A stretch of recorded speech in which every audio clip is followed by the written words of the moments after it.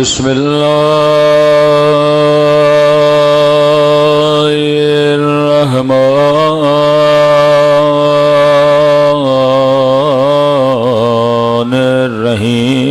الرحيم الحمد لله رب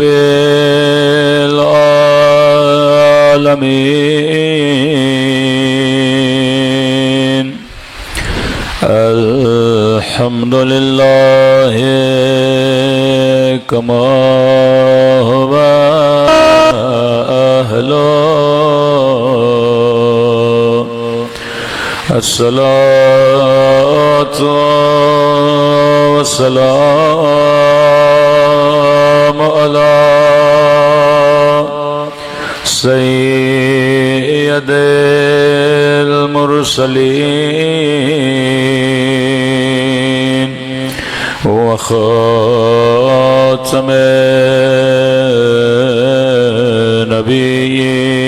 النبيين أبي القاسم محمد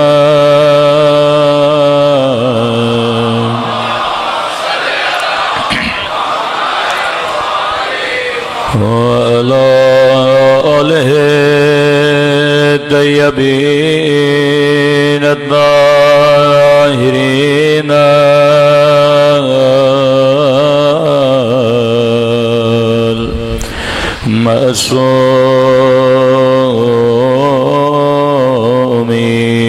المعصومين شامل کے دعا امام زمان اللہم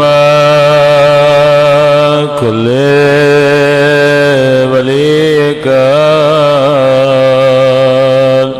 حجت ابن الحسن صلواتک علیہ وعلی آبائه في هذه الساعة وفي كل وليا وحافظا وقائدا وناصرا ودليلا وعلا حتى تسكنه أرضك وتمتعه فيها طويلا برحمتك يا أرحم الراحمين صلوات پڑھے محمد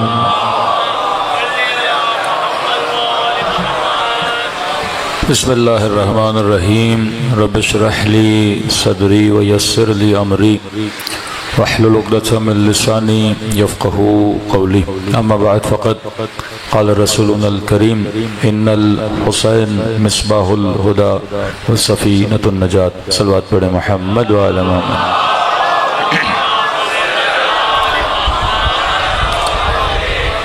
دعا ہے پروردگار عالم ہم سب کی عبادتوں کو اپنی بارگاہ عالی میں قبول فرمائے اور جو مقصد زندگی مقصد ہدایت لے کر فرش عزا پہ آتے ہیں خدا ان مقاصد میں بھی ہم سب کو کامیابیاں کامرانیاں نصیب فرمائے مسلسل دعوت جذبہ حسینی کے عنوان سے گفتگو ہو رہی ہے کہ پروردگار عالم نے امام حسین کے ذریعے سے لوگوں کے دلوں کو اپنے ساتھ جوڑنا چاہا اور آخری زمانے میں یہ فرش عزا ہے جو لوگوں کو مومن بنائے. آپ سے بات کرے گا. اب کس کی ڈیمانڈ بڑھی؟ علم کی ڈیمانڈ بڑھی.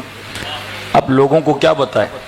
تو وہ مجبور ہے کہ اصول کافی پڑھے، وہ مجبور ہے کہ قرآن پڑھے، وہ مجبور ہے تاریخ انبیاء پڑھے، وہ مجبور ہے کہ ان کتابوں کو جانے۔ ہماری بھی کیفیت یہی ہے کہ اکثر کم و بیش جو خطبہ ہوتے ہیں پورا سال نہیں پڑھتے، محرم آتا ہے پڑھائی ان کی کیا ہے، مجبوری ہے، کیونکہ بھائی لوگ بلا رہے ہیں تو آپ نے کچھ نہ کچھ لوگوں کو بتانا ہے۔ تو یہ سسٹم جب بنا تو خطیب بنا، خطیب بنا تو اس کو علم حاصل کرنا پڑا۔ علم کہاں سے حاصل کرے گا؟ کتابوں سے حاصل کرے گا۔ تو پھر ڈیمانڈ بڑی کچھ رائٹرز کی، کچھ مؤلفین کی، کچھ لکھنے والوں کی۔ تو اس طرح سے ایک پورا سسٹم بنا، پھر حوزہ بنا، پھر علماء بنا، اب ظاہر حوزہ بنا تو پھر اس کی ضروریات ہیں، پھر ایک پورا سسٹم خمس اہل بیت علیہ الصلوۃ والسلام نے آپ کو دیا۔ تو یہ جو پورا چرخہ جو چل رہا ہے یہ ابا عبداللہ الحسین کی برکت میں چل رہا ہے۔ اگر امام حسین نہ ہوتے نہ کوئی خطیب ہوتا، نہ کوئی حوزہ ہوتا، نہ کوئی کتابیں ہوتی، نہ معارف اہل بیت بیان ہوتے۔ تو آخری زمانے میں کیونکہ نبی ہمارے سامنے نہیں ہے، امام ہمارے سامنے نہیں ہے، تو مجلس امام حسین وہی کام انجام دیتی ہے جو امام کا کام ہے، جو نبی کا کام ہے، وہی معارف آپ تک پہنچائے جاتے ہیں۔ اب لوگ کیونکہ سلسلے سے جڑیں تو خدا نے اعجاز الہی سے ذکر امام حسین اور ذات ابا عبداللہ میں ایک خصوصی جاذبیت رکھی کہ لوگ جذب ہوتے ہیں ابا عبداللہ الحسین کی طرف۔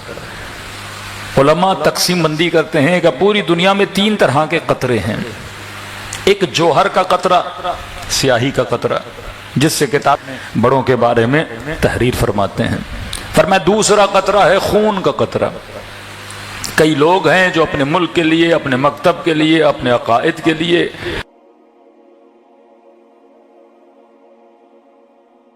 ہے، ہندوؤں میں بھی ہیں، ہر مکاتب فکر میں جتنی جنگیں ہوتی ہیں آپ دیکھتے ہیں خون بہتا ہے۔ دوسرا قطرہ ہے خون کا قطرہ، کہ یہ 2 قطرے سب کے پاس ہیں، جوہر کا قطرہ بھی سب کے پاس ہے، خون کا قطرہ بھی سب کے پاس ہے، لیکن ایک تیسرا قطرہ ہے جو خدا نے صرف اہل بیت کے چاہنے والوں کو دیا ہے، وہ ہے غم حسین کا قطرہ۔ اس قطرے میں جو خدا نے برکت رکھی ہے یہ سارے قطروں پہ کیا ہے؟ بھاری ہے، کیونکہ یہ قطرہ انسان کو حق شناس بناتا ہے، کیونکہ یہ قطرہ بتاتا ہے کہ حق و باطل کیا ہے، یہ مظلوم پہ رونا سکھاتا ہے اور ظالم سے دشمنی کرنا بتاتا ہے، یہ آپ کے دلوں کے اندر ایک تقسیم بندی ڈال دیتا ہے کہ یہ ظالم ہے، یہ مظلوم ہے۔ تو یہ وہ برکت تھی، یہ وہ نعمت تھی جو خدا نے اہل بیت علیہ الصلوۃ والسلام کے چاہنے والوں کو عطا کی۔ کبھی فرمایا کہ ولایت اس لیے ضروری تھی، میں نے حضرت آدم اور مختلف واقعات کل آپ کی خدمت میں رکھے، کہ شیطان اگر آدم کو نہ مانے عبادتیں ضائع ہیں، کیونکہ آدم کی اہمیت اسی لیے کیونکہ آدم ولی اللہ ہے۔ اللہ کہتا ہے اگر میرا فیض چاہتے ہو تو میرے ولی کو ماننا بہت ضروری ہے۔ ہر زمانے میں جب تک آپ اس نبی کو نہیں مانو گے، ولی کو نہیں مانو گے، یہودی کتنی بھی عبادتیں کر لیں لیکن اگر عیسیٰ کو نہ مانا ساری عبادتیں ضائع ہیں، مسیحی جتنی بھی عبادتیں کر لیں لیکن محمد کو نہیں مانا ساری عبادتیں ضائع ہیں۔ کوئی محمد کو مانے پر علی کو نہ مانے، جتنی بھی عبادتیں کرے گا ساری عبادتیں ضائع ہے۔ فرمایا اگر کوئی عامدن، شیطان کی طرح عامدن جانتے ہوئے امیر المؤمنین کی فضیلت کو جانے لیکن پھر بھی انکار کرے، اس میں اور شیطان میں کوئی فرق نہیں ہے۔ یہ خدا قرآن میں بتاتا ہے۔ اگر ولی کی فضیلت تمہارے سامنے ظاہر ہو گئی، اگر تو نہیں مانتا، اب آپ کہیں گے مولانا اتنی نمازیں، اتنے روزے، اتنی عبادتیں، اتنے قرآن کے ختمے سارے ضائع۔ اس کو آسان سی مثال دے کے آپ کو سمجھاؤں گا۔ دیکھو آپ نماز پڑھنے جاتے ہیں پر پیش امام یزید ہو، ہاں یزید آگے کھڑا ہو امام جماعت، ہاں یا یزید کے آبا و اجداد کھڑے ہوں اور آپ یزید کے پیچھے نماز پڑھ رہے ہیں، بڑی خلوص والی نماز پڑھ رہے ہو، کہ نماز قبول ہے؟ ہاں یزید خطبہ دے اور یزید کی مجلس میں بیٹھو، بھلے اللہ کی باتیں کرے لیکن ہے یزید، کیا آپ کی مجلس قبول ہے؟ نہیں ہے قبول۔ تبھی شرط ہے نمازیوں کے لیے، نماز تو پڑھ رہے ہو لیکن دیکھو پیش امام عادل ہونا چاہیے۔ اگر پیش امام ہی عادل نہیں ہے، اب یہ لاکھوں نمازیں پڑھیں لیکن سامنے آپ نے جس کو کھڑا کیا ہے وہ بندہ ہی اچھا نہیں ہے، تو آپ کی عبادتیں آپ کے منہ پہ ماری جاتی ہیں۔ عبادت وہی قبول ہے جس میں تعظیم کی جائے ولی خدا کی۔ شیطان نے کہا پروردگارا ایسی عبادت کروں گا جیسی عبادت کسی نے کی ہو۔ اللہ نے کہا مجھے تیری عبادتوں کی ضرورت نہیں ہے، مجھے بس وہ سجدہ چاہیے جو تعظیماً میرے ولی کو کرنا پڑے گا۔ یوسف کے بھائیوں نے کس کا انکار کیا؟ یوسف کا انکار کیا نا، ولی اللہ تھے، اللہ کے ولی کو کنویں میں پھینک دیا۔ اللہ نے توبہ تب قبول کی یوسف کے بھائیوں کو، فرمایا جب یوسف کو کیا کریں گے؟ سجدہ کریں گے۔ اولاد یعقوب خدا کو مانتی تھی، موحد تھے، نبی اللہ کے بیٹے تھے، لیکن فرمایا یوسف میرا ولی ہے، ولی روح زمین ہے، نبی اللہ ہے، جب تک میرے اس نبی کو سجدہ نہیں کرو گے، اس کے سامنے خضوع نہیں کرو گے، اس کے سامنے خود کو ذلیل نہیں کرو گے، اس کی عظمت کو سلام نہیں کرو گے، تب تک میں خدا بھی تمہاری توبہ کو قبول نہیں کروں گا۔ یہ قرآن ہے۔ کبھی یوسف کو سجدہ، کبھی آدم کو سجدہ۔ خدا بتانا چاہتا ہے کہ مجھے تو مانتے ہو لیکن میرے ساتھ ساتھ میرے ولی کو ماننا بہت ضروری ہے۔ اب احد کے پہاڑ جتنا سونا اللہ کی راہ میں دے دو، پورا سال حج کرتے رہو، روزے رکھتے رہو، رسول خدا کی حدیث ہے اے علی اگر تیری محبت دل میں نہیں ہے تو ساری عبادتیں ان کے منہ پہ ماری جائیں گی۔ ہاں یہ مقام ولی تھا کہ اہل ولایت بنو۔ جب تک اہل ولایت نہیں تو نہ نمازوں کا فائدہ ہے نہ عبادتوں کا فائدہ ہے۔ لیکن ایک اور دریجہ، ایک اور نقطہ جس کی طرف آپ کو لے جانا چاہتا ہوں، فرما اہل ولایت بن گئے، اب یہ عقیدہ رکھا کرو کیونکہ جو صفات پروردگار عالم کے پاس ہیں خدا کے دربار میں کسی چیز کی کمی ہے نہیں ہے۔ جب ان کے پاس بھی آتے ہو تو کبھی بھی کم پہ راضی نہ ہوا کرو۔ ہاں قرآن ہے نا کہ ان الانسان ہلوعا، انسان کی فطرت میں حرص ہے۔ حرص کیا ہے کہ ہم کہیں پہ مجلس پڑھنے جاتے تھے تو پہلے مثلا 500 لوگ آئے، بانیان مجلس خوش، پھر مثلا 700 لوگ آئے، بانیان مجلس خوش، پھر مثلا 800 لوگ ہوئے، بانیان مجلس خوش، تو ایک دن مثلا 800 سے 600 ہو گئے۔ تو کہ مولانا آج مجمع مثلا کم تھا۔ میں نے کہا پہلے تم 500 پہ راضی تھے، اب 100 کم ہوا تو اس سے کیا ہو جاتا ہے؟ ان الانسان حلوا، انسان کو جتنا ملے وہ کہتا ہے اس سے بھی مجھے زیادہ ملے۔ پہلے تو مولانا دعا کریے 50,000 سیلری ہے بڑھ جائے، لاکھ ہو گئی، پھر اگلے مولانا تھوڑی اور بڑھ جائے 1.5 لاکھ، بس یہ کبھی بھی راضی نہیں ہوگا۔ ہاں آج بولیں 10 لاکھ ہو جائے تو شاید اس کی آنکھیں پھٹ جائیں، لیکن جس دن 10 لاکھ ہوگی اس دن پھر 15 لاکھ کی ڈیمانڈ کرے گا۔ فطرت انسان حلو ہے۔ اب معصوم فرماتے ہیں ہمارا جو مومن، ہمارا چاہنے والا ہے، وہ دنیا کے لیے حلو نہیں ہوتا، وہ آخرت کے لیے ہوتا ہے۔ حرص آخرت ہوتا ہے۔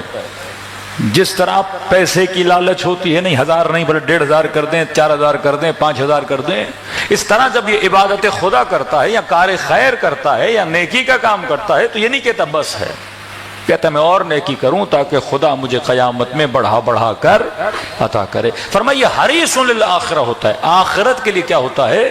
حریص ہوتا ہے۔ مانگا کرو اللہ سے یا اہل بیت کے پاس جاؤ۔ ایک تو معصومین کی رسم ہے، فرمایا جب دعا کرو اپنے لیے نہ کیا کرو۔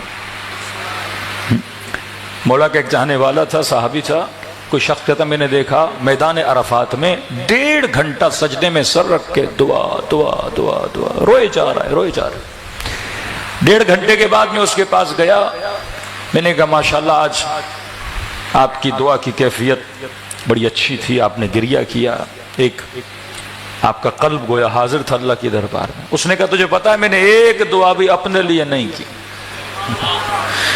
ساری مومنوں کے لیے، مسلمانوں کے لیے، سب کے لیے کی۔ کہا ایک بھی اپنے لیے نہیں کی؟ کہا نہیں۔ کہا اپنے لیے کیوں نہیں کی؟ کہا کیونکہ میرے مولا کا قول ہے کہ اگر کوئی کسی اور کے لیے دعا کرتا ہے خدا 1,00,000 گنا جو اسے دیتا ہے اس سے بڑھا کے تجھے عطا کرے گا۔ اپنے لیے دعا کروں گا مجھے پتا نہیں قبول ہو نہ ہو، مصلحت ہو نہ ہو، لیکن جب اس کے لیے کروں گا تو ریٹن میں خدا 1,00,000 مجھے ہی تو عطا کرے گا۔ تبھی آپ دعا کرتے اللہم اکسو کل عریان، سب کے لیے دعا کر رہے ہو نا۔ آغا حسن زاد عاملی فرماتے میں نے کتاب لکھی، آغا طباطبائی کو دی، قبلہ ذرا کتاب کو پڑھیں، کوئی غلطی ولطی ہو تو بتائیں۔ کہ کچھ دنوں کے بعد گیا کہ کتاب میں نے پڑھ لی، بڑی اچھی کتاب لکھی ہے، لیکن کہ حسن زاد عاملی اس کتاب کے مقدمے میں تو نے اپنے لیے دعا کی ہے، مومنوں کے لیے دعا کیوں نہیں کروائی؟ اس قدر ظرافت رکھتے تھے کہ ایک تو مومن جب دعا کرے صرف اپنے لیے نہ کرے، سب کے لیے دعا کرو، تو جس کے لیے جو مانگ رہے ہو وہ خدا تجھے بھی کیا کرتا ہے؟ عطا کرتا ہے۔ یہ رسم تھی معصومین کی۔ جناب سیدہ کے لیے منقول ہے، اس زخمی پہلو کے ساتھ بی بی کس کے لیے دعا کر رہی تھیں؟ مدینے والوں کے لیے دعا کر رہی تھی۔ امام حسین کس کے لیے دعا کر رہے ہیں؟ مسلمانوں کے لیے دعا کر رہے ہیں، کیونکہ جو آپ ان کے لیے مانگ رہے ہو وہ آٹومیٹیکلی خدا کسے عطا کرتا ہے؟ آپ کو بھی عطا کر دیتا ہے۔ دوسرا، دوسروں کے لیے مانگنے کا مطلب یہ کم نہیں ہے، یہ بہت زیادہ ہے، اس کے بدلے میں جو خدا دے گا وہ اتنا ہے کہ آپ کے تصور سے بھی بہت زیادہ ہے۔ رسول خدا مدینے میں تھے اور ایک چرواہا یا کوئی بادیہ نشین عرب آ کر رسول اللہ کو سلام کیا، فرمایا یا رسول اللہ آپ نے مجھے پہچانا؟ نبی نے فرمایا نہیں، یاد نہیں آ رہا۔ کہ آپ جب طائف آئے تھے، جب کفار آپ کا پیچھا کر رہے تھے، تو ان دنوں میں جب آپ کی کوئی مدد کرنے والا نہیں تھا، یا رسول اللہ میں نے آپ کی خدمت کی تھی، میں نے آپ کو پناہ دی تھی۔ تو نبی نے فرمایا تو نے احسان کیا ہے مصطفیٰ پہ، اب جو چاہو میں محمد تجھے عطا کروں۔ ہاں کیا چاہیے تجھے بولو؟ تو تھوڑی دیر اس نے سوچا کہ عرصہ کتنا اچھا ہوگا مجھے 200 بکریاں مل جائیں۔ 200 بڑی تعداد تھی۔ نبی خدا نے کہا ٹھیک ہے دے دیتے ہیں۔ کچھ گھڑیاں اس کو بولا اور اس کو 200 بکریاں دیں اور یہ لے کر چلا گیا خوش ہو کے۔ رسول خدا نے اپنے صحابیوں کو دیکھا، فرمایا کتنا کم مانگا اس نے مصطفیٰ سے، کم ہمت تھا۔ میں نے کہا آج مصطفیٰ سے مانگو جو تو چاہیے، فرمایا کتنا کم ہمت تھا، اس کی ہمت اتنی کم تھی، اس نے صرف مصطفیٰ سے کیا مانگا؟ 200۔ کہا کاش اس کی ہمت بنی اسرائیل کی اس بڑیا کی طرح ہوتی۔ سب نے کہا یا رسول اللہ کون سی بڑیا؟ فرمایا اللہ کے نبی کے کوئی کام پیش آیا اور خدا سے درخواست کی اس کام کے لیے، پتہ مانگا تھا حضرت موسیٰ نے کسی کا، تو اللہ نے کہا کہ موسیٰ اگر پتہ چاہیے فلاں بستی میں جاؤ اور وہ جو بوڑھی خاتون ہے وہ تجھے اس کا پتہ دے گی۔ موسیٰ کیا ڈھونڈ رہے تھے؟ حضرت یوسف کی قبر ڈھونڈ رہے تھے۔ تو اللہ نے کہا کہ یوسف کی جسد کو وہاں سے اٹھا کے فلسطین کی طرف منتقل کر دو موسیٰ، جب جا ہی رہے ہو تو میرے نبی کو وہاں سے وہاں لے کر جاؤ۔ اب خدا خود بھی پتہ بتا سکتا ہے، لیکن خدا موسیٰ کو اس بڑیا کی طرف بھیج رہا ہے تاکہ کچھ موسیٰ کو بتایا جائے اور کچھ آپ لوگ بھی چیزیں سیکھ لیں۔ حضرت موسیٰ پتہ پوچھتے پوچھتے اس بوڑھی خاتون کے پاس پہنچے، 90 سال 95 سال کی بوڑھی۔ کہا کہ میں موسیٰ ہوں، اللہ کا بھیجا ہوا نبی ہوں، اور آپ اتنی عمر رسیدہ ہیں، لہٰذا مجھے حکم ہوا ہے کہ میں آپ سے پوچھوں کہ حضرت یوسف کی قبر کہاں ہے۔ اس بوڑھی خاتون نے کہا کہ نبی اللہ پتہ تو بتاؤں گی، لیکن میری ایک چھوٹی سی شرط ہے کہ میں جو مانگ رہی ہوں مجھے چاہیے۔ کہتے حضرت موسیٰ تھوڑا سوچنے لگے، فوراً حضرت جبرائیل نازل ہوئے کہ موسیٰ سوچ کیوں رہے ہو، دینا تو میں نے ہے، تمہاری جیب سے تو کچھ نہیں جا رہا، سوچ میں کیوں پڑ گئے ہو؟ بولو اس بوڑھی خاتون کو جو چاہیے میرا رب تجھے کیا کرے گا؟ عطا کرے گا۔ حضرت موسیٰ نے کہا ٹھیک ہے بھائی، جو چاہیے ہم تجھے عطا کریں گے۔ کہ موسیٰ بس اتنا چاہیے جنت میں جہاں آپ کا گھر ہوگا اس کے ساتھ ساتھ مجھے اپنا گھر چاہیے۔ بوڑھی تھی پر ہمت والی تھی۔ ہوتی کوئی اور دنیا دار ہوتی تو کہتے کوئی ایسا شربت پلاؤ موسیٰ میں جوان ہو جاؤں، پھر سے حسین ہو جاؤں، لیکن اس نے وہ حسن مانگا جس حسن کو کبھی فنا نہیں ہے۔ اس نے حضرت موسیٰ سے کیا مانگی؟ جنت مانگی۔ یہ مومن کی نشانی ہے، ایک تو خدا شناس بن جاتا ہے، معصوم شناس بن جاتا ہے، اور پھر جب معصومین کے در پہ جاتا ہے فنا کا سوال نہیں کرتا، بقا کا سوال کرتا ہے۔ صلوات پڑھے محمد و آل محمد۔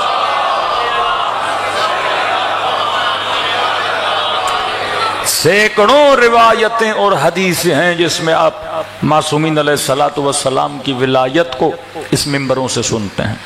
کتنے گنہگاروں کو امید دیتے ہیں. بارہا میرے منہ سے سن چکے کہ اگر چاہے گناہ ریت کے ذروں سے بھی زیادہ ہوں، ایک عشق ابا عبداللہ الحسین اس گناہ کو معاف کروا دیتا ہے. کہ ولایت امیر المؤمنین انسان کو جہنم سے بچا دیتی ہے. اب کبھی کبھی اس ذکر ولایت میں اور جاذبے میں اور معارف اہل بیت میں انسان غلو کا شکار ہو جاتا ہے. اس کی بھی سینکڑوں روایات ہیں کہ کہیں ایسا نہ ہو کہ انسان اللہ کی رحمت کو اتنا سنے اور پھر کہے کہ بھائی جو میرے من میں آئے میں کر لوں. اللہ تو کیا ہے، رحیم. اور یہ دو طرفہ رابطہ ہے. خدا کا بندوں کے ساتھ رأفت و رحمت و دوستی کا رابطہ ہے. مد مقابل خدا بھی یہ چاہتا ہے کہ بندہ میرے ساتھ کیا کرے، دشمنی نہ کرے، میرے ساتھ دوستی کرے. جب امام حسین آپ کی نسلوں کی خاطر مدینے سے نکل کر کربلا جا رہے ہیں تو مد مقابل میں نے بھی تو کچھ کرنا ہے نا. یہ نہیں کہ وہاں سے رحمت و وفا اور وفا ہو اور یہاں سے جفا ہو. یہ ہمارا عقیدہ نہیں ہے. لیکن بعض لوگ اس دائرہ ولایت میں بھی کس کا شکار ہوئے، غلو کا شکار ہوئے. کئی ایسے راوی، کئی ایسی شخصیات جن پر معصومین نے لعن کیا ہے، ان پہ لعنت بھیجی ہے. کئی تاریخ میں آپ کو ایسے لوگ ملتے ہیں، کچھ نام میں نے یہاں پہ لکھے تھے جن کو معصومین علیہ الصلوۃ والسلام نے، جیسے ابو الخطاب ایک شخص ہے، اس نے کچھ ایسے اشعار لکھے. کچھ ایسے لوگ تھے جنہوں نے ایک شاعر حاجب جن سے معصومین نے اظہار بیزاری کیا. فرمایا کبھی بھی اس ولایت کے اندر لوگوں کے لیے مغالطہ پیدا نہ کیا کرو، تبشیر بھی ہے ساتھ میں انذار بھی. مثلا یہ شاعر تھا، اس نے شعر لکھا کہ اگر معاملے یہ حشر با علیست، اگر حشر کا معاملہ علی کے ساتھ ہے تو پھر جو من میں آئے کرو. کچھ لوگ ایسے ہیں کہ اگر اہل ولایت اب نہ نماز کی ضرورت ہے، نہ روزے کی ضرورت ہے، نہ عبادت کی ضرورت ہے، اب جو من میں آئے کرو. جب معاملہ حشر علی کے ساتھ ہے تو علی قسیم النار والجنہ ہے، تو لہذا جو بھی ہوگا وہی دیکھا جائے گا. ہم تو امیر المومنین کے دامن کو پکڑ لیں گے. اس شاعر کہتا میں نے شعر لکھا کہ اگر معاملہ حشر بعلیس، بس ہر چخواہت جو دل میں آئے وہ کرو. کہتا رات کو سویا خواب کے عالم میں امیر المؤمنین کو غضبناک ہوتے ہوئے دیکھا. کہ اتنے غضبناک ہوئے امیر المؤمنین مجھ پہ کہ تم یہ لوگوں کو کیا سکھا رہے ہو کہ اگر معاملہ حشر بعلیس پھر جو بھی من میں آئے کرو. امام نے کہا اس طرح کہو کہ اگر معاملہ حشر بعلیس، اگر حشر کا معاملہ علی کے ہاتھ میں ہے تو رخ علی سے شرم کرو اور کم گناہ کرو، کیونکہ تم نے کس کا سامنا کرنا ہے، امیر المومنین کا سامنا کرنا ہے. یہ نہیں کہ آپ بولو حشر کا معاملہ علی کے ساتھ ہے لہٰذا میرے من میں جو آئے گا میں کروں گا. فرمایا اگر وہ رأفت و رحمت کا معاملہ تمہارے ساتھ رکھ رہے ہیں لہٰذا تمہیں بھی کیا کرنا چاہیے، آل رسول کا خیال کرنا چاہیے. کئی لوگ ایسے تھے، ایک ظاہر تھا امام رضا کا، مولا کی زیارت کو گیا، واپس تہران گیا تو کسی عالم نے کہا میں نے خواب دیکھا ہے تم نے امام رضا کو 3 تماچے مارے ہیں. وائے ہو میرے اوپر. میں نے کہا میں خواب دیکھا ہے اور رسمن دیکھ رہا ہوں، مولا رضا کے آیا، مولا رضا کرسی پہ بیٹھے اور امام رضا کو تو نے 3 تماچے مارے. یہ زارو قطار ہونے لگا. کہا میں نے غلطی کی تھی. کا کیا؟ پچھلے زمانے میں جو امام رضا کی زری ہوتی تھی وہ خواتین اور مرد اوپن ہوتے تھے، طواف کرتے تھے، پورا راستہ بند نہیں ہوتا تھا شاہ ایران کے زمانے میں. کہتے ہاں میں جب طواف کر رہا تھا میری نگاہ کسی خاتون کے ہاتھ پہ پڑ گئی جس نے ذریعہ مولا کو پکڑا ہوا تھا. شیطان نے وسوسہ کیا، میں نے اس کے ہاتھ پہ ہاتھ رکھا. وہ بیچاری نے ہاتھ پیچھے ہٹایا، دوسری طرف گئی، پھر میں نے ہاتھ رکھا، پھر تیسری طرف گئی، پھر میں نے ہاتھ رکھا. پھر اس نے مجھے ڈانٹا تجھے شرم نہیں آتی کہ حرم امام رضا ہے اور یہاں بھی گناہ کر رہے ہو؟ کہ اسی طرح تم نے خواب دیکھا کہ میں نے 3 مرتبہ امام رضا کو تماچا مارا ہے. تو یہ معصومین بتانا چاہتے ہیں کہ مومن اگر ہمارا چاہنے والا ہے، جب تو گناہ کرتا ہے تو کسے تکلیف دیتا ہے؟ اپنے امام کو تکلیف دیتا ہے، اپنے امام زمانہ کو تکلیف دیتا ہے۔ تو ولایت تجھے امید دیتی ہے کہ ہاں ہمارے چاہنے والے ہو، تمہارے دل میں نور ہے، نور ولایت ہے، اگر سچے دل سے اہل بیت کے دربار میں آؤ، اگر توبہ کرو گے، خدا تمہاری توبہ کو کیا کرے گا؟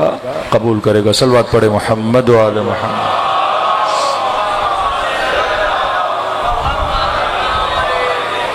وَأَجِّلْ فَرَجَهُمْ۔ بعض اوقات ہم اپنی چھوٹی غلطی کو چھوٹا سمجھتے ہیں، پر اللہ کی دربار میں بہت بڑی ہوتی ہیں۔ بعض اوقات اپنی چھوٹی نیکی کو چھوٹا سمجھتے ہیں، لیکن اللہ کی دربار میں بہت۔ نبی کا ایک صحابی نماز جماعت پڑھنے کا بڑا شوق تھا، دوڑا دوڑا آیا بیچارہ، اپنے کام وام نپٹا کے میں مسجد پہنچوں اور رسول خدا کے پیچھے نماز پڑھوں۔ کہتے جب دوڑا دوڑا وہاں پہنچا تو دیکھا لوگ مسجد سے نکل رہے تھے اور نماز جماعت ختم ہو چکی تھی۔ اس نے ایک آہ حسرت بھری کہ اے کاش میں جماعت میں شریک ہوتا، ثواب میں نے چھوٹ گیا مجھ سے۔ کہتے دوسرا نبی کا پیارا صحابی نکل رہا تھا، جب دیکھا کہ بھئی اتنی آہ حسرت کیوں بھر رہے ہو؟ کہ نماز مس ہو گئی مجھ سے۔ اس نے کہا ایک کام کرتے ہیں، جو میں نے نماز پڑھی ہے وہ ثواب تجھے دیتا ہوں، اور یہ جو تو نے آہ حسرت بھری ہے یہ مجھے دو۔ اس نے کہا جماعت کا اتنا ثواب ہاں مجھے دو۔ انہوں نے لین دین کی، یہ خوش ہو کے گھر گیا۔ رات کو کہتا ہے عالم خواب میں نے دیکھا خدا نے مجھے اس آہ حسرت کا ثواب بھی دکھایا اور نماز جماعت کا ثواب بھی دکھایا۔ اس ایک آہ کا ثواب 100 گنا زیادہ تھا جماعت کے ثواب کے برابر۔ ہاں؟ کبھی کبھی چھوٹی چیز آپ کی بڑی اہمیت حاصل ہوتی ہے۔ یہ عجیب ہے، بعض اوقات سنتے ہوئے تعجب لگتا ہے۔ کہتے ہیں 5-6 دن رسول خدا پہ وحی نہیں آ رہی، رسول خدا بھی پریشان، پروردگارہ وحی، رابطہ زمین اور آسمان گویا منقطع، اصحاب پریشان، یا رسول اللہ وحی کیوں نہیں آ رہی؟ حضرت جبرائیل نے کہا یا رسول اللہ کچھ افراد ہیں آپ کے ارد گرد جو اپنے ناخن نہیں کاٹ رہے، جو صفائی کا خیال نہیں رکھ رہے، لہٰذا خدا نے وحی کو کیا کر دیا ہے؟ منقطع کر دیا ہے۔ کبھی کبھی ایک چھوٹی چیز اتنی قابل اہمیت ہوتی ہے کہ آپ تصور نہیں کر سکتے۔ رسول خدا اپنے کھانے پہ اتنا خرچہ نہیں کرتے تھے جتنا عطر پہ خرچہ کرتے تھے، کہ ہفتے میں اگر کھانے کا بل 2000 آتا تھا تو رسول خدا جو مشک لیتے تھے، جو عطر لیتے تھے، اس کا خرچہ مثلا 3000 ہوتا تھا، 4000 ہوتا تھا۔ جو چیزیں ہمارے لیے بے معنی ہیں وہ ان کے لیے بڑی بامعنی ہیں۔ ایک خاتون کی طلاق کا مسئلہ کسی ہمارے استاد کے پاس آیا، انہوں نے خلا لی اپنے شوہر سے، 15 سال کی شادی، 2 بچے۔ تو کہا کہ جناب آپ کیوں الگ ہو رہی ہیں؟ کہ 15 سال اس کو سمجھا کر تھک گئی ہوں، اور میرے وجود میں اب اس کے لیے نفرت پیدا ہو گئی ہے کہ بھائی اس نے کیا کیا ہے کہ مولانا برش تک نہیں کرتا، اس کے منہ سے بدبو آتی ہے، اس کے بدن سے بدبو آتی ہے، اس کے بولا ہے بھائی کوئی بیماری ہے جا ڈاکٹر کے پاس علاج کرا، پیسے نہیں ہیں ہم پیسے دیتے ہیں، لیکن اتنا لاپرواہ ہے علاج نہیں کرتا۔ کسی شادی پہ جانا ہو، انسان 100 قسم کے سنگھار، 100 قسم کی خوشبوئیں، 100 قسم کی تیاری، لیکن بندہ گھر میں بیٹھا رہے اور ان چیزوں کا خیال نہ کرے۔ ہمارے لیے چیزیں بڑی معمولی ہیں، لیکن اللہ کی دربار میں چھوٹی چھوٹی چیزیں بھی کبھی بڑی حامل حیثیت ہوتی ہیں۔ آغا حسن زادہ عاملی شاگرد ہیں آغا طباطبائی کے، صاحب کتاب المیزان۔ ان کی عادت تھی جب گرمیوں کا موسم آتا تھا تو یہ آمل جاتے تھے، آمل کے تھے، آمل شمال کی طرف ہے، سرسبز علاقہ ہے، پھر سارے شاگرد بھی آمل چلے جاتے تھے۔ تو آمل میں دوپہر کو یہ لوگوں کو نماز پڑھواتے تھے، تھوڑا بہت درس اخلاق دیتے تھے، پھر رات کو مجلس کرواتے تھے ہر روز 2 مہینہ۔ تو شاگرد اپنے استاد سے فیض لیتے تھے، اور کہتے ہیں کہ دوپہر کی نماز پڑھا کے میں گھر آتا تھا، گھر آنے کے بعد میں آدھا گھنٹہ 1 گھنٹہ آرام کرتا تھا، یہ آرام بڑا ضروری تھا، بدن تھک جاتا تھا، پھر رات کو میں نے جا کے مجلس پڑھنی ہوتی تھی۔ حسن زادہ کہتے ہیں میں گھر آیا، اب ظاہر ہے بچوں کا آپ کو پتا ہے شور کہ بچوں نے اتنا شور گھر میں کیا کہ میں سو ہی نہیں پا رہا تھا۔ تو میں اٹھا، اور حالانکہ حسن زادہ عاملی کی نیچر جو لوگ جانتے ہیں بڑے نرم طبیعت کے آدمی ہیں، تو کہتے ہیں جب بچے کمرے میں آ رہے تھے شور کر رہے تھے، میں نے بچوں کو ڈانٹا کہ یہ کوئی شور کا وقت ہے، میں سو رہا ہوں، اور اتنا ڈانٹا کہ بچے روم سے نکل گئے، دوسرے روم میں جا کے بیٹھ گئے، خاموش ہو کے رونے لگے۔ اتبا کہتا ہے پھر میں بستر پہ سو گیا لیکن مجھے نیند ہی نہیں آئی، اسی سوچ میں رہا کہ میں نے چھوٹے بچوں کو کیا کیا ہے، آزردہ کیا ہے، ان کے دل کو توڑا ہے۔ اب بچے کا کام ہے بچگانہ کام کرنا، اب بچے سے امید رکھو کہ بڑوں کی طرح رہے اور بڑوں کی طرح ایکٹ کرے، یہ خواہش ناعاقلانہ ہے۔ کہتا مجھے نیند نہیں آئی، پھر میں اٹھا، میں دکان پر گیا، میں نے مٹھائی کا پورا باکس لیا، پھر گھر آیا، پھر بچوں کو مٹھائی دی، لیکن وہ جو بچے مجھ سے ناراض ہوئے تھے کہ مٹھائی پہ کہاں خوش ہونے والے تھے۔ کہہ رہا دل بڑا بے چین ہو گیا۔ آغا حسن زادہ عاملی کہتے 3-4 دن کے لیے میں نے اپنی خانم خانہ کو بولا، بیوی کو بولا میں ذرا 3 دن ہو کر آتا ہوں کہیں سے۔ کہتے آمل سے نکلا، تبریز گیا۔ تبریز میں رہتے تھے آغائے طباطبائی کے بھائی، آغائے حسین طباطبائی، آغائے حسن طباطبائی، وہ بھی بڑے صاحب کرامت تھے اور لیکن اتنے مشہور نہیں تھے۔ آغائے طباطبائی کی تفسیر المیزان لکھی ہے تو ان کو شہرت دی، وہ اتنے مشہور نہیں تھے، لیکن کہتے ہیں یا ان کے ہم پلہ تھے لیکن ان سے کم بھی نہیں تھے۔ کہتا میں گیا ان کے گھر کے دروازے پہ دستک دی، انہوں نے گھر کا دروازہ کھولا اور کہا کہ کہاں آپ اور کہاں یہاں، آمل کہاں، تبریز کہاں؟ تو قبلہ بس تھوڑا کام تھا، اگر زحمت نہ ہو کہ گھر میں بلایا، سفرہ لگایا، چائے پی رہے تھے کہ حسن زادہ عاملی آغائے سید علی قاضی کی طرف سے آپ کے لیے پیغام ہے۔ سید قاضی مرحوم ہو چکے ہیں لیکن ملتا ہے کچھ ان کے شاگرد جن کا تعلق ان کے ساتھ بڑا مضبوط تھا، اپنے دنیا سے جانے کے بعد بھی اپنے شاگردوں کے خواب میں آ کے ان کی اصلاح کیا کرتے تھے۔ بہت جلیل القدر عارف گزرے ہیں آغا قاضی۔ تو کہا کہ کیا کہا مجھے کہا وہ آپ سے بڑے ناراض تھے، اور کہا کہ حسن زادہ عاملی کو کہو اگر ایسے کام کرے گا تو امام زمانہ سے ملاقات کیسے کرے گا۔ فوراً آغا طباطبائی نے کہا حسن زادہ عاملی ماجرا کیا ہے، کیونکہ قاضی نے بھی نہیں بتایا انہوں نے کیا کیا۔ کہا ماجرا وہی ہے جس کی وجہ سے میں آپ کے پاس آیا ہوں۔ یہاں تک آپ کا امام دیکھتا ہے کہ آپ کے اندر رأفت اور رحمت کتنی ہے۔ ایک بندہ کے نماز پڑھ لی، مجلسوں پہ چلا گیا، زیارتوں پہ چلا گیا، گھر میں بچوں کے ساتھ اخلاق کیسا ہے، بیوی کے ساتھ رفتار کیسی ہے، بھائی کے ساتھ رفتار کیسی ہے۔ چھٹے امام کا شاگرد امام جعفر صادق علیہ الصلوۃ والسلام، جناب معلی بن خمیس جو آخر میں شہید بھی ہوئے اور عاقبت بخیر بھی ہوئے، چھٹے امام کے پاس آئے۔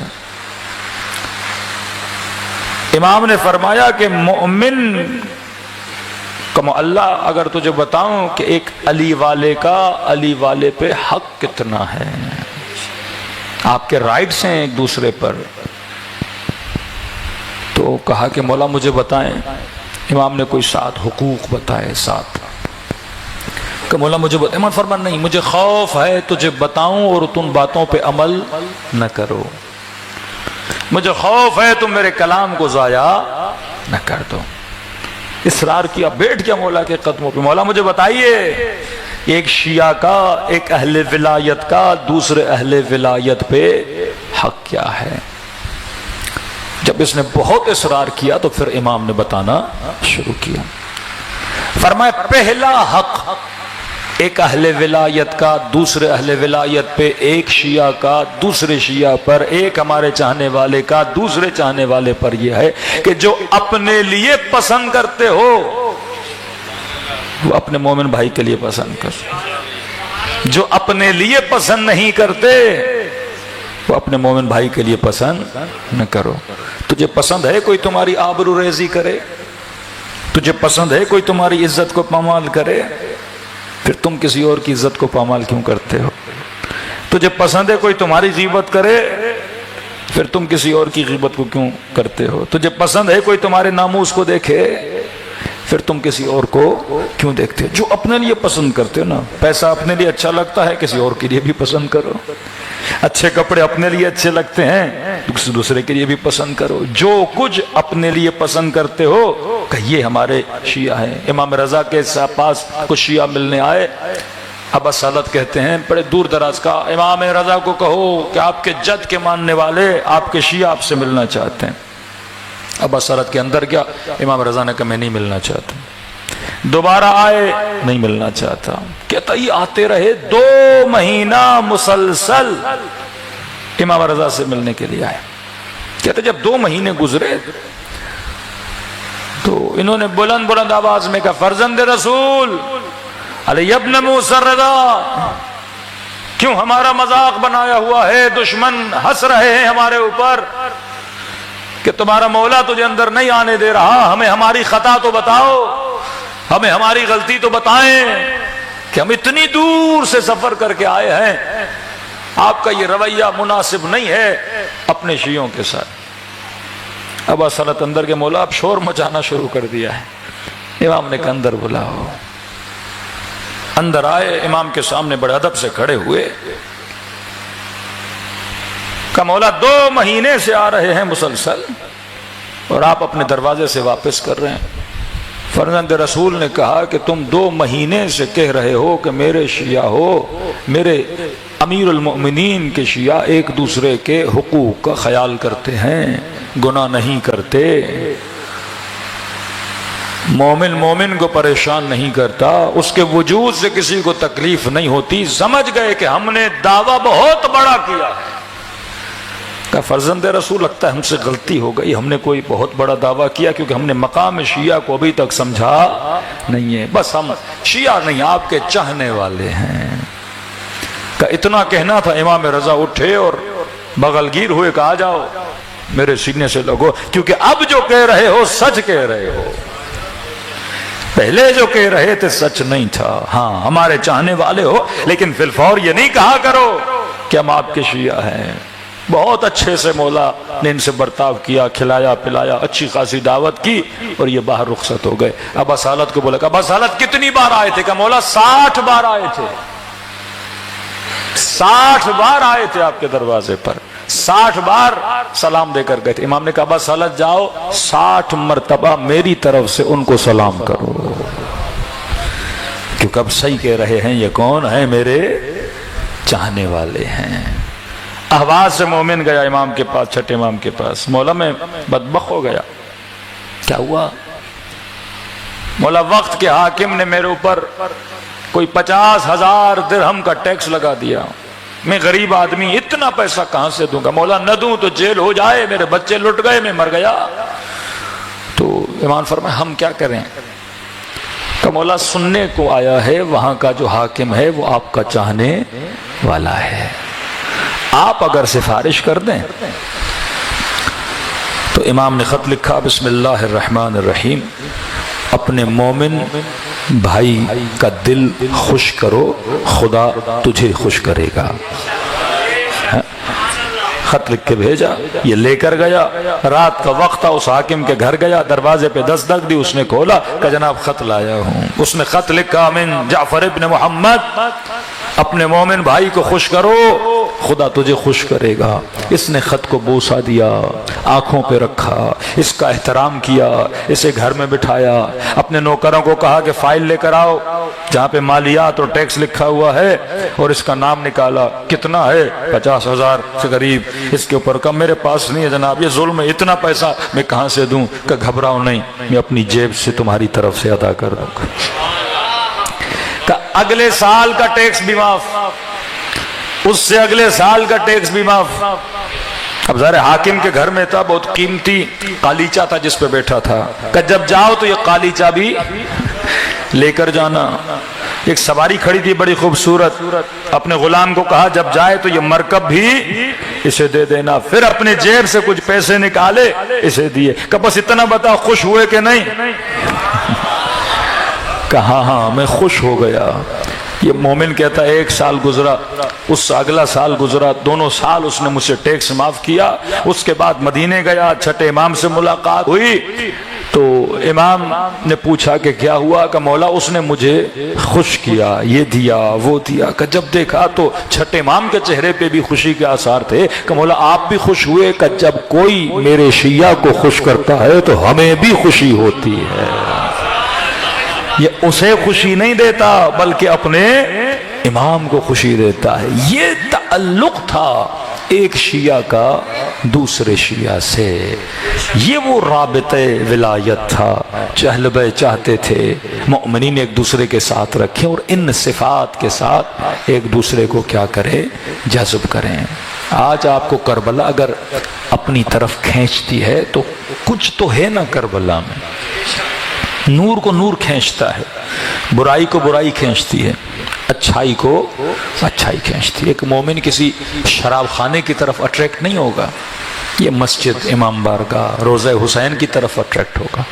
اس کو پتا چلے سبیل حسین ہے، یہ اس سبیل کی طرف جائے گا، یہ گناہ اور غلط چیزوں کی طرف نہیں جائے گا۔ تو حسین وہ مقناطیس نور ہے جو ہم جیسے گنہگاروں اپنی طرف کھینچ کے پاکو پاکیزہ بنا دیتے ہیں۔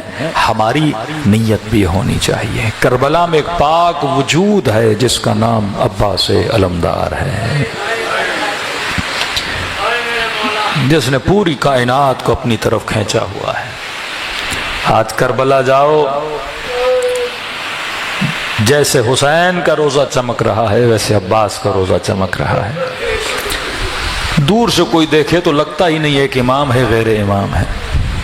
اور امام یہ کہیں کہ کربلا آؤ، میری زیارت سے پہلے عباس کی زیارت پہ جایا کرو۔ اتنا مقام غازی عباس پہ پوری مجلس ہو سکتی ہے، ان کے واقعات، ان کے معجزات بہت ہیں، لیکن کیونکہ وقت اذان ہوتا ہے اور وقت کی کمی پڑ جاتی ہے۔ فرمایا کہ یہ قمر بنی ہاشم، لیکن سوچا کرو کہ خدا نے اتنی فضیلت عباس کو کیوں عطا کی؟ 3 بھائی اور بھی تھے، لیکن کچھ امامزادے ہیں جن کے فضائل بہت ہیں۔ بی بی معصومہ قم، عبدالعزیز حسنی، امامزادے محمد اور حضرت عباس علمدار کا جب کربلا دیکھتے ہیں تو واقعاً آپ مکے کے بعد بہت کم سنتے ہیں کہ حضرت عباس نے کوئی زیادہ کلام کیا۔ ایک وجود جو نور و علم سے بھرا ہوا ہے۔ ایک خطبہ جو لوگ اکثر سناتے ہیں وہ ایام حج کا خطبہ، اس کے بعد آپ دیکھتے ہیں حضرت عباس سے کوئی لمبی چوڑی عبارتیں، کلام نہیں ملتا۔ اب وجود عباس ہے، کیا عباس نور نہیں؟ نور ہے، لیکن عباس قمر ہے، حسین شمس ہے۔ جب سورج کے سامنے عباس کھڑے ہیں تو ادب کا تقاضا یہ ہے کہ حضرت عباس کیا رہیں؟ خاموش رہیں۔ کہتے جب سارے شہید ہو گئے نا تو امام حسین نے بیبیوں کے اور بچوں کے خیموں کو وہاں سے اکھاڑ کر حضرت عباس کے خیمے کے ساتھ لگایا تھا، ترتیب ہی بدل دیا تھا۔ اکبر شہید ہو گئے، قاسم شہید ہو گئے، کہتے امام حسین نے خیموں کو اکھاڑ کے پھر جگہ بدلی، کہاں لگائے خیمے؟ حضرت عباس کے ساتھ، تاکہ بیبیوں کو تسلی رہے کہ عباس ابھی زندہ ہے، کہیں ایسا نہ ہو بچے حوصلہ ہار دیں۔ فضیلت دیکھو عباس۔ فرمایا 2 محرم کو شمر نے حکم دیا کہ خیموں کو ہٹا دیا جائے۔ عباس سپہ سالار لشکر ابو عبداللہ جیسے کہا خیموں کو ہٹا دو ورنہ ہم جنگ شروع کر دیں گے۔ پھر میں سننا تھا، اس سے ایک اور خط بھی لکھا تھا اس نے حضرت عباس کو، جس پہ حضرت عباس بہت غیظ و غضب میں تھے اس بدبخت نے۔ وہ چاہ رہا تھا کہ حضرت عباس حسین کو چھوڑ کے اس کے پاس چلے جائیں۔ ایک تو یہ، دوسرا کا خیموں کو ہٹا لو۔ فرماتے غازی عباس نے تلوار نکالی، بڑے غیظ و غضب میں ایک لائن کھینچی، ہے کسی میں جرت تو عباس کے ہوتے ہوئے اس لائن کو پار کر کے دکھائے۔ یہ بھی زینب کہتی ہے میں خیمے میں بیٹھی تھی اور سن رہی تھی یہ شور شرابہ ہو رہا ہے، اتنے میں امام حسین میرے خیمے میں آئے اور میں نے محسوس کیا کہ مولا کے چہرے پہ پریشانی کے آثار ہیں۔ فرمایا ماں جائے بھائی بہن تجھ پہ قربان ہو، شریکت الحسین ہے نا، کیا مسئلہ ہے؟ کہ زینب تو نے سنا نہیں، عباس نے خط کھینچ دی ہے اور دشمن کو للکارا ہے کسی میں جرت کے آگے آئے۔ کہ بھیا پھر صحیح تو کیا ہے، عباس کے ہوتے ہوئے کس میں جرت کے ہمارے خیموں تک آئے؟ فرمایا ہاں بہن زینب میں جانتا ہوں، لیکن میں حسین نہیں چاہتا کہ ابھی جنگ ہو، ابھی میں ماحول کو خراب کرنا نہیں چاہتا۔ تو بی بی زینب نے کہا کہ حسین اس میں پریشانی کی کیا بات ہے؟ عباس نے آج تک آپ کو نہ کہا، جا کر کہہ دیں، اب جو آپ کہیں گے وہ عباس کرے گا۔ کہ زینب کہوں تو صحیح، لیکن تجھے یاد ہے حسن کے جنازے پہ تیر چلے تھے، میرے عباس کو بڑا جلال تھا، تلوار نکالنا چاہتا تھا، میں نے ہاتھوں کو روک دیا کہ عباس یہاں جنگ نہیں لڑیں گے، کربلا۔ زینب جب اس نے دربار میں بلا کر بیعت کا تقاضا کیا، میرے عباس کو اتنا جلال تھا، تلوار نکالی، میں نے پھر روکا، عباس یہاں نہیں، کربلا۔ کہ زینب جب ہور نے راستہ روکا تھا، عباس نے تلوار نیام سے نکالی، میں نے پھر کہا عباس یہاں نہیں، کربلا۔ کہ زینب اب کیا کہوں عباس کو، کربلا بھی آ گئی، کہیں میرے شیر کا دل ٹوٹ نہ جائے۔ شریکت الحسین نے کہا حسین آپ مت گھبرائیے، میں عباس سے اپنے حساب سے بات کرتی ہوں۔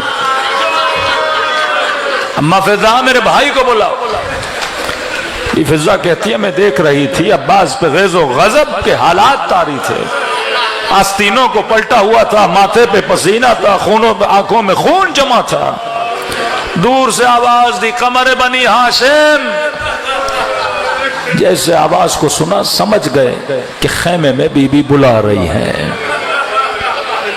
کہتی معاملہ اکبر کے حوالے کیا، خود آئے خیام کی طرف، کہا جی اماں فضا کہ آقا زادی بلا رہی ہیں۔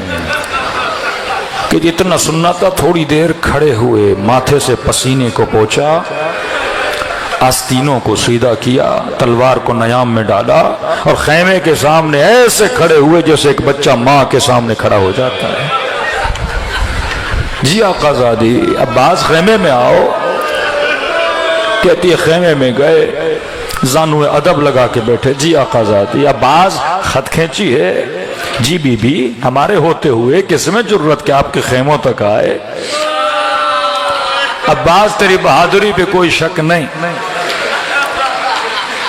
عباس اگر برا نہ مانو، حسین یہ چاہتے ہیں کہ ہم خیمے ہٹا دیں، ابھی جنگ نہ کریں، لیکن عباس جانتی ہوں تیرا بھی اپنا غرور ہے، تو نے بھی دشمن کو للکارا ہے، تو نے خط کھینچی ہے، لہٰذا تم خیمے میں بیٹھے رہو، میں اکبر کو کہتی ہوں خط مٹا دے، میں قاسم کو بھیج دیتی ہوں اور جوانان بنو ہاشم کو بھیج دیتی ہوں، تاکہ تجھے دشمن کا سامنا بھی نہ کرنا پڑے، کوئی شرمندگی بھی نہ اٹھانی پڑے کہ تم نے للکارا ہے۔ کہتے اتنا سننا تھا، اسی ادب سے کھڑے ہوئے اور کہا آقا زادی عباس ہوتا کون ہے؟ اگر میرے حسین نے کہا ہے اپنے ہاتھوں سے خط مٹاؤں گا، جو فنا فی الامام ہو جائے، اسی ادب کا نام عباس ہے۔ دلوں کو کربلا لے جائیں، سلام کریں، السلام علی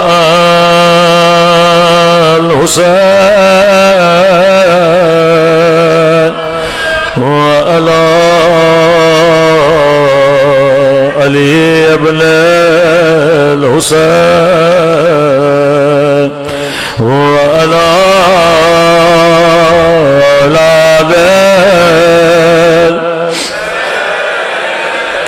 وعلی صحاب میرا سلام ہو اس درد بھرے منظر پہ، جب حسین نے گھوڑے سے اتر کر دو کٹے ہوئے بازو اٹھائے، بازوؤں کو چوم کر کہا عباس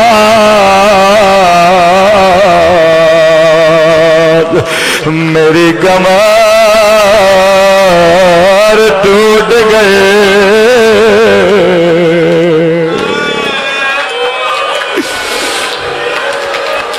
بیٹے زینب کا نام ہے عباس۔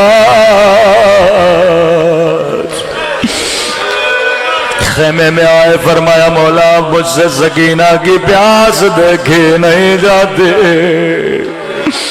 مختصر کروں گا۔ فرمایا عباس تو میرے لشکر کا سپہ سالار ہے۔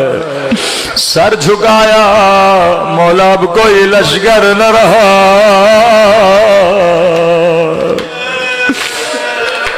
عباس زینب کو تجھ پہ بڑا ناز ہے، اگر زینب اجازت دے تو میں حسین بھی نہیں روکوں گا۔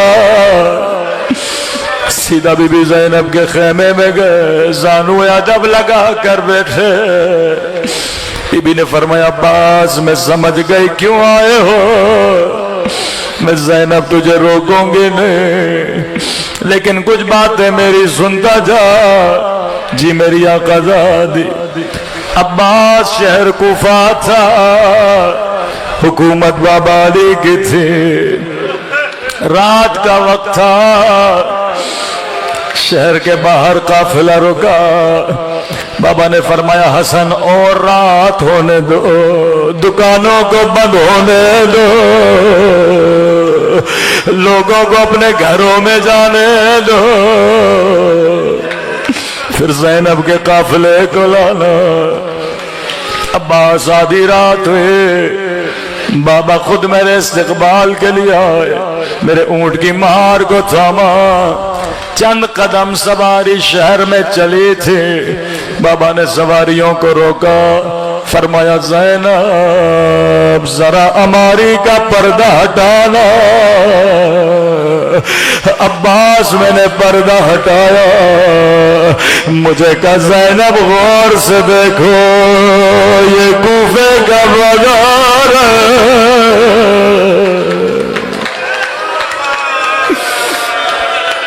میں پریشان، بابا بازار مجھے کیوں دکھا رہے ہو؟ سواری تھوڑی آگے بڑھی، پھر کہا زینب ذرا پردہ ہٹانا، یہ کوفے کے بازار ہیں۔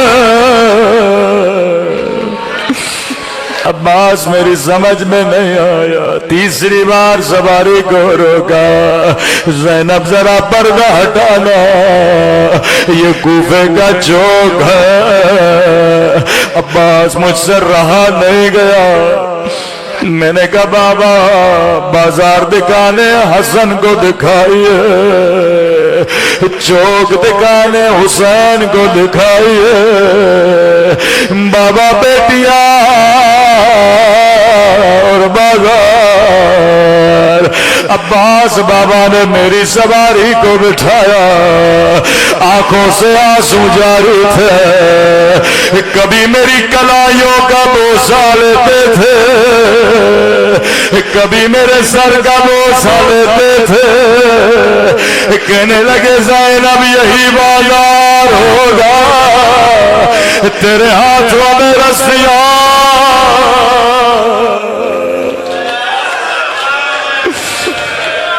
عباس میری سمجھ میں نہیں آیا، میں نے کہا بابا امام ہو، علم غیب جانتے ہو؟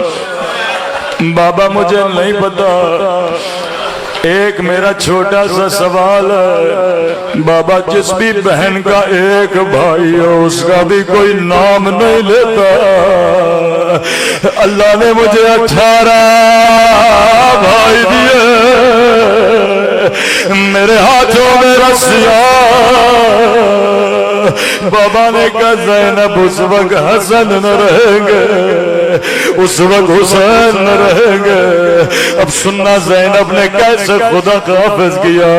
عباس کھڑے ہو جا، دونوں باہوں کو عباس کے گلے میں ڈالا، کہا خدا حافظ عباس،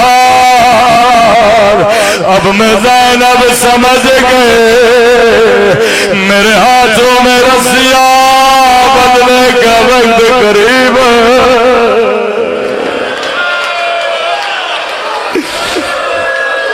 امام زمانہ فرماتے ہیں 11 محرم کا زینب اونٹ سے ایسے گرے جیسے عباس گھوڑے سے گرے تھے. وہ روایت سنی ہوئی ہے کسی ذاکر کو کہتے ہیں ذاکر تجھے نہیں پتا میں گھوڑے سے زمین پہ کیسے آیا. ہو سکتا ہے کوئی بچہ کہ مولانا کیا پڑھ رہے ہو کہ زینب عباس کی طرح زمین پہ آئے. عباس کے تو بازو سلامت نہیں تھے.